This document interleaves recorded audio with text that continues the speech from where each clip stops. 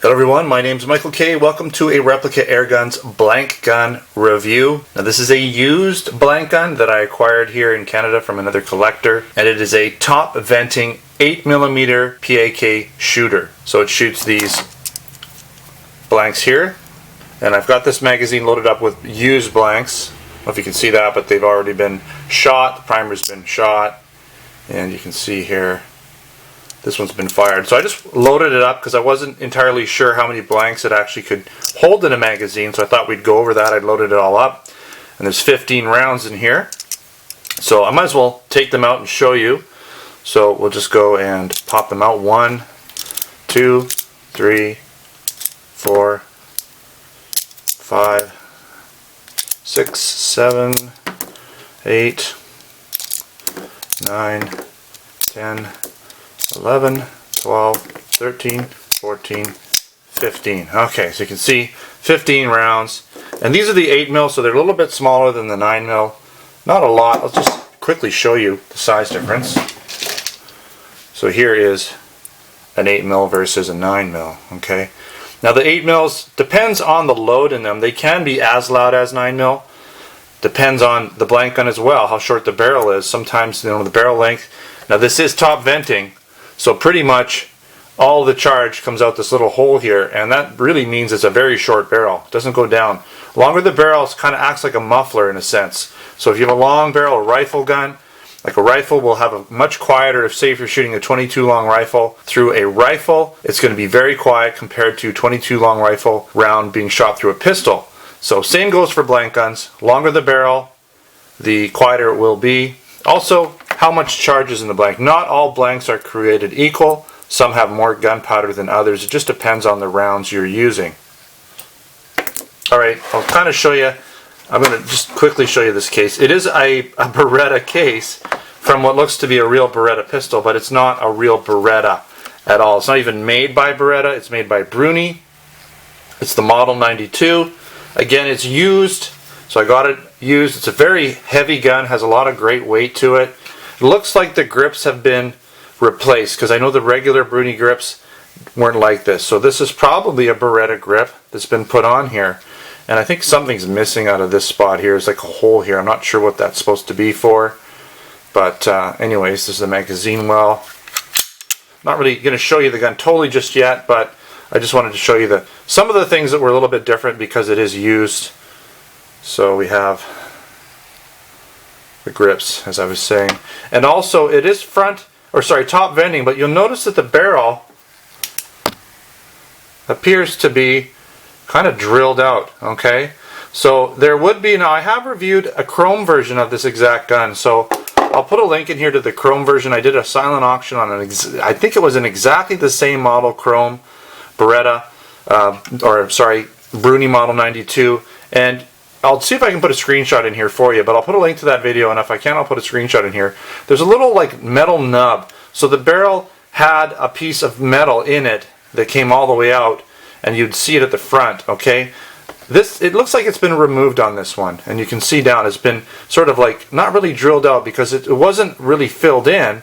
There was like a long piece that comes all the way in, a fairly heavy duty piece, and it attaches to basically the breech area here. So they've drilled it out or removed that piece right back to about here, but they haven't drilled through, because if they have, then you would get some charge coming through the barrel, and that charge would actually probably not make the gun cycle properly. See how small this hole is?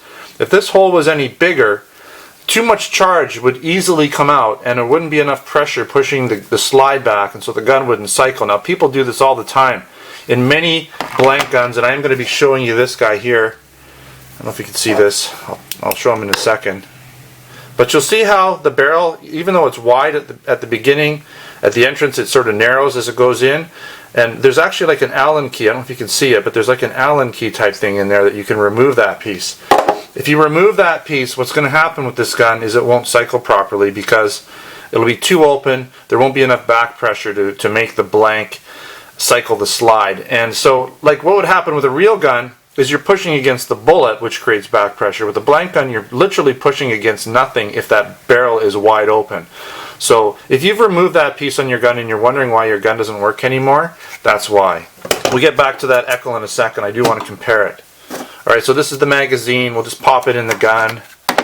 With blank guns, I do like to make sure that they are empty. They can be very dangerous. You don't want to blast yourself in the face with a bunch of exhaust or flames or gunpowder coming out of them. So, alright, so let's get this case aside. Well, it did come with this little cleaning rod.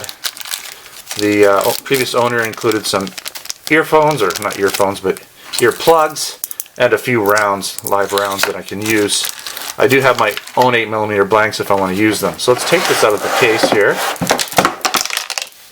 And let's bring in my ECHL. This is the ECHL Jackal. I have reviewed the ECHL Jackal before. And the ECHL Jackal is a 9mm front firing gun. So you'll notice there's no little hole on the top there. And you can kind of see down the barrel.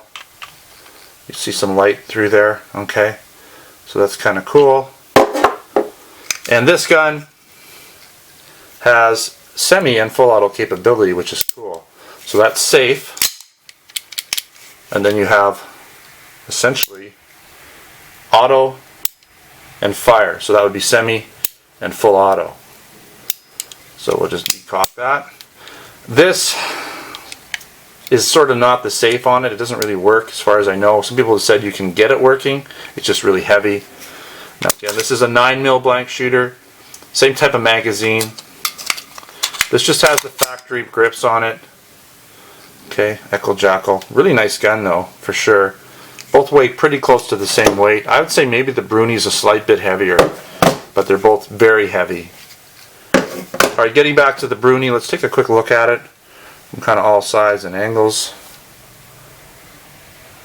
Alright, focus in here. There we go. Now this would be the takedown lever, and it's molded in. So I haven't figured out how to field strip this gun, because normally you would take the takedown lever, you'd pop that out, and you'd be able to take the slide off. I haven't been able to figure it out. I'm not really sure how to do it. So unfortunately, let's take a look here on the left side. There's your magazine release, metal magazine. We'll go over the metal parts in a second with the magnet. Not very many actually. You do have a working safety, okay? Right? Don't really like dry firing these guns. They're just like real guns in the sense of dry firing them. Okay. There's your firing pin area, your sights, rear sight, front sight again. That is essentially the barrel there. Right there, that's the hole where the powder and the charge comes out. Okay. You know, it's in pretty good condition. I haven't fired it yet, but the owner says it does fire. There's a few scratches and things on it, but you know, it's an older gun. It's been fired a few times, but it's mechanically feels good. Everything feels tight on it. So I have no reason to believe it's not going to fire. We'll do a shooting test at some point when I can get out to my pool house and do that for you guys. Alright, let's take a look at the metal parts. And by the way, this is an Italian made gun. So let's quickly take a look at the metal parts. So the screws, right, they're going to be, even the hammer isn't metal. Nothing's really metal. Trigger's not metal. Just really the screws. I'm sure that the spring is going to be, I always say metal. Steel. Steel versus metal. Again, metal being the zinc parts, the cheaper, non-firearms grade metal. And then you have your steel, which would be the heavy duty parts that would be more firearms grade. So things like the screws, the springs, in the case of this gun, the magazine, okay, because it's thinner, like the magazine uses thinner walls, so you got to have a heavy duty steel. It's like a stamped steel magazine, but you can tell the difference, right? I can hold on to that. Whereas the whole gun here, there's no magnetism going on. I know there are other steels that aren't magnetic if it has more stainless and whatnot, but they're not going to be using stainless steel so much in a gun like this. They're just going to be using zinc. Hopefully that firing pin is metal or steel. Let's take a look. You would kind of hope. It's hard to tell. I can't really get that magnet in there too much, but I'm thinking that the firing pin may not actually be steel. Alright, so those are the steel parts versus the metal parts. Now again, I just want to quickly go over some of the laws pertaining to blank guns here in Canada, a little bit in the US. In Canada, we're allowed to have blank guns. We just can't have replicas so much, or importing them particularly is the problem. So Canada Customs won't let us really import a blank gun per se that looks too closely to a real gun. Now this is a Beretta style, I guess. And back in the day, we used to be able to bring in these Echo Jackals, and I guess the Canada Customs decided that, you know, it's a pretty generic looking gun. This design has been around for a while. Didn't have any Beretta markings on it or anything, so perhaps it wasn't a replica. Now they've gotten a lot stricter, and very few guns are coming into Canada now that are even closely resembling anything that would be an assembly line or a production gun. So since, you know, Beretta 92s are still being made and stuff, these guns aren't importable in Canada. We are getting the ROHM guns in Canada because most of the guns, well, all the guns that we bring in, the ROHM guns that we bring in, they don't closely resemble any actual real steel gun being made in production. Like, they're not a replica or a copy of such. Even though ROHM does make a few copies or replicas, or what we would consider replicas here in Canada, we just don't bring those versions in. There's a couple we don't bring in, like an H&K version, and there's some other versions that we don't bring in because they would be considered replicas here in Canada. We can have blank guns, we can have starter pistols. Typically they need to be front firing so that we can shoot flares out of them. Having that, a flare allowance, being a starter or signal device, and as long as they're not too closely replicating an actual firearm in production, then we can, I guess you could say, get away with it. And that's why the ROHM guns were able to bring them in. Now in the United States, it's kind of been open. Typically there's a lot of top venting guns. Those are still okay in the US. Front firing guns lately, or just recently, have been kind of banned from import. So you're not seeing a lot of front firing guns or front firing blank guns in the States. You will see a few of them, some inventory that's, I guess, was brought in before the ban, still being sold, but you'll see less and less of them over time. So if you are in the States and you happen to find a front firing gun being sold, you might want to scoop it up. So that pretty much kind of covers it. I'm not really going to go over too much of the pros and the cons. You know, we're not selling this or anything. It's just a gun I wanted to share with you. The pros would be, hey, it's a blank gun, hard to get in Canada, very cool. I like, you know, the look. I like the matte finish, kind of quite a bit different than the gloss finish on the Echo. I guess this looks more like a blued gun, a little bit more realistic. You know, having that wear on it gives it that kind of cool look as well, like it's a real gun. It's being used on a, you know, someone would actually be using it on a day-to-day basis. So very cool gun, lots of weight and everything. Top venting, not my exact, you know, preference, I guess you'd say. But for the most part, I don't really shoot these guns. They're more collector's items, and it's the realism I'm after. It's the look, it's the feel, you know, the fact that we can't really have replicas, so to speak.